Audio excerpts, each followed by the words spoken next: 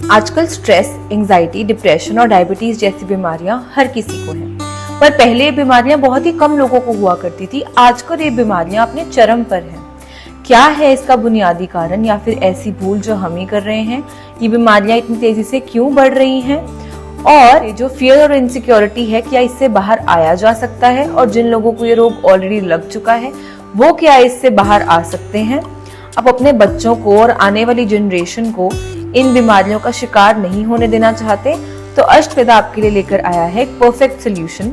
अष्टवेदा एक workshop organise कर रहा है जो 5 मई को है, सुबह 7 बजे से सुबह 8:30 बजे तक। जो लोग भी इंटरेस्टेड हैं वो इस वर्कशॉप को अटेंड करने के लिए दिए गए नंबर्स पे कॉल करके रजिस्ट्रेशन करवा सकते हैं। ये वर्कशॉप बिल्कुल फ्री ऑफ कॉस्ट है और लिमिटेड सीट्स हैं, तो जल्दी से जल्दी रजिस्ट्रेशन करवाइए और इस चीज का पूरा लाभ उठाइए।